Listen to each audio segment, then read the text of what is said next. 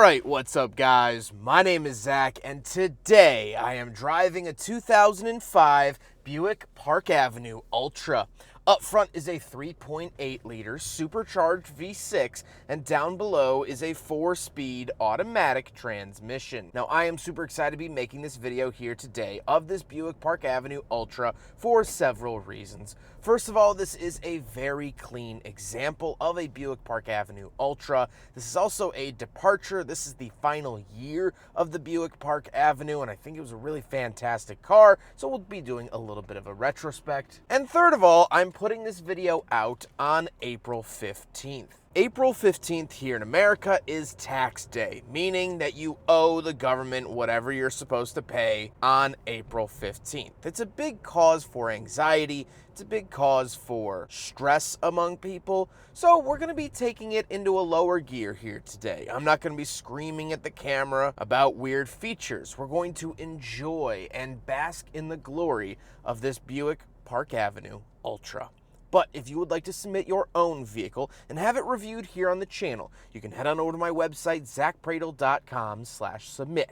It's a quick and easy submission form. It takes under a minute to fill out, and I come out to you. You can also see all my videos weeks or sometimes months in advance by heading on over to Patreon for only $5 a month. Also, huge thank you to Low Mile Cars for letting me borrow the Buick Park Avenue in today's video. Please check out their inventory down in the description below. They have tons of really cool, low mileage, clean cars that I think you'll drool over like I have. But let's get back to that 3.8 liter supercharged V6. Well, that was a crown jewel for Buick of the time, and I still personally believe it's the best engine that they ever put out. And yes, I'm also thinking of the Rocket V8. The 3.8 liter was not only super reliable, but it made good power and offered a way better driving experience than a V8 would have in vehicles like this. It's a rock, it's a staple, and it's something of beauty that came out of Buick. And although the engine did live on for a little bit longer in the LaCrosse, they then started switching to the 3.6 liter that was shared with Chevy, and it didn't go so well. So that is a huge, huge win for the Buick Park Avenue Ultra.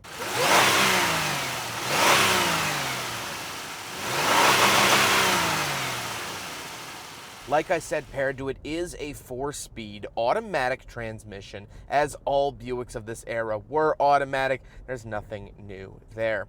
Last but not least, these are front-wheel drive. A lot of people mix that up, myself included back in the day. But these are actually front-wheel drive vehicles, and I think that there's a lot of benefit to that we'll talk about a little bit later on.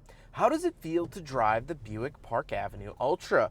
Well, it's very good. It's not blood pumping, it's not toe curling, it's smooth, it's supple, it massages you as you go down the road rather than beating you up and forcing you to take corners at an apex. This car takes it easy.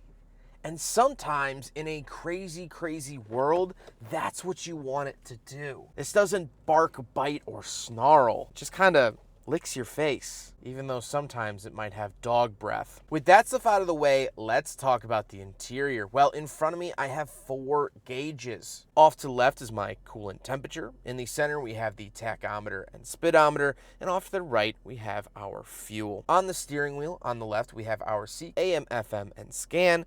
And off to the right, we have temperature and volume. Something I've always adored about the volume knob is that it actually does turn the physical volume knob on the radio as you hit up and down on the steering wheel. I thought that this was movie magic back in the day, but it's actually just a very clever system. To the left, we do have our odometer and trip reset, our fuel and info, gauge info and reset button, as well as English and metric, climate control vent, our headlight switch, and our twilight sentinel, which is basically just the auto headlights. Moving on to the door, we have 2 levels of memory seats, unlock and lock, power mirrors, and power windows. Moving into the center, we have the standard Buick radio. Now, like I said, the volume knob is really cool. We have a CD player as well as a cassette player here in 2005, getting a little old for the cassette player, but as we know, Lexus held on to it until 2014. Down below, we have our climate controls. Now, it is dual zone temperature, but you can only select the driver's temperature here on the climate control cluster. We have heated seats down below, of course, for the driver and the passenger, and all the way over by the passenger, next to the Park Avenue Ultra by Buick badge, you have the passenger climate control options. You also get some nice wood accents in the vehicle. I think it really ties it all together. And down below, of course, you have an ashtray and cigarette lighter. Moving into the center console, we do have fold-out cup holders, so we'll do a big friggin' bottle test. However, it fails, as many Buicks of the era do.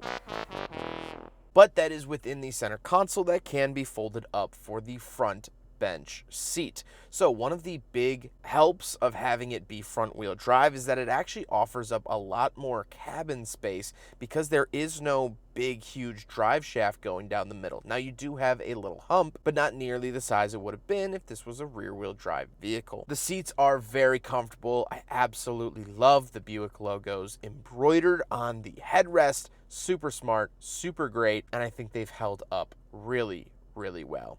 However, speaking of seats, we do have back seats, so let's go do a back seat review. All right, we're in the back of the Buick Park Avenue Ultra Special Edition. Not that it's an Ultra Special Edition, but it's the Buick Park Avenue Ultra, pause, Special Edition. Now that we are back here, obviously, these seats are incredibly comfortable. It's hard to describe them. I don't know what to say about them that would do them justice as I'm feeling on my backside right now. It's grandma's couch. You know, I need a plate of Matagot in front of me, and I need to be super tired, and I need to have the dim yellow lights from the dining room hitting me in the side as I sit in a lazy boy recliner as the Bears are playing on Thanksgiving. And I'm tweetering in and out of sleep. My cousins are there. All 5 dogs are running around at our feet. But your full belly... oh, man. That's how I feel about this car. Let's take a look at the trunk. All right, around the back of the Buick Park Avenue Ultra, we do have a button here on the key fob to release the trunk, although it doesn't seem to want to work. There we go. Once we are back here, it's as big as a Buick trunk comes. I mean, it's a hotel room. I mean, you could clearly, easily sleep back here if you wanted to. I know people have, and I know people probably will in the future. If you're watching this from a trunk in a Buick Park Avenue Ultra, comment a little thumbs up and a little car emoji, and I'll know that you're one of the real ones camping out in the back here, because it's great for that. The Great American Trunk.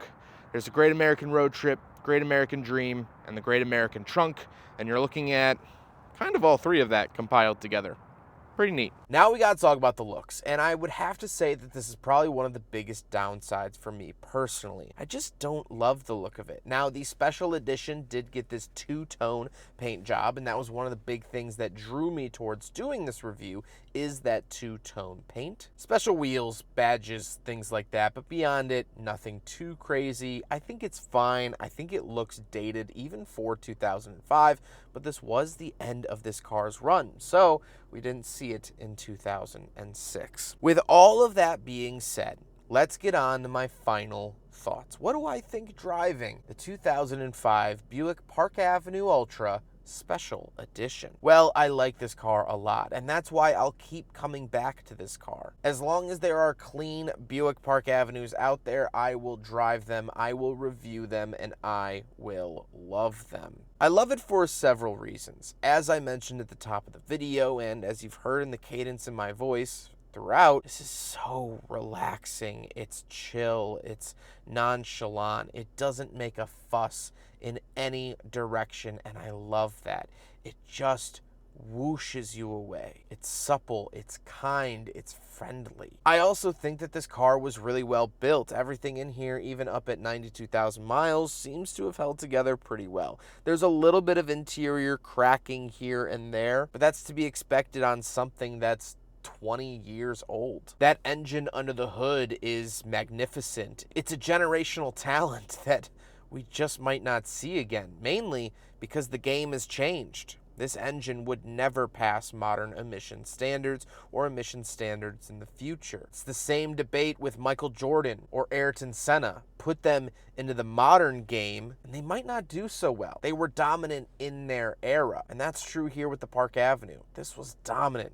This was peak of luxury. And even though it lasted quite a while, I don't think that it overstayed its welcome. And so today, on this rainy, overcast day, this car is warmth. This car is sunlight. And this car is just good memories. This car reminds me of growing up. In 2005, I was in 3rd grade. Life was easy. My biggest concern was which team I had to choose for kickball during recess that afternoon. And maybe the gray accents in here help it, but it's just so lovely. And it makes me remember. You know, I saw something the other day about nostalgia, and that nostalgia is one of the greatest gifts we can ever have, because it meant that you have had something positive to look back on. You don't really get nostalgia for the negativity. And so if you have these warm, fuzzy feelings when you drive an old Buick, or maybe it's opening up an old comic book, maybe it's reading through the yearbook, maybe it's sifting through old toys and games in your mom or dad's closet, maybe it's putting on that t-shirt that used to be so vibrant and now has faded. The ability to have good moments to look back on is such a privilege. It's such a wonder. It's such a gift. And so driving this car gives me that feeling. And I'm so fortunate to have had a childhood that I can look back on and smile and say, oh, remember when. Nostalgia is safety. Nostalgia is a comfort zone. And it's a good place to be. Just don't spend too long there, because the real world, modern day, has a lot to offer too. I hope you guys enjoyed the video. Huge thank you to Low Mile Cars for letting me borrow their Buick Park Avenue Ultra here in Burr Ridge, Illinois. They are absolutely fantastic. This vehicle is for sale. They have tons of, obviously, low-mile classic cars. They are absolutely the best here in Illinois if you want something low mileage, clean, and something somewhat collectible. But I hope you guys enjoyed the video. Don't forget to rate the video, comment on the video, and subscribe if you really liked it. Take care, guys.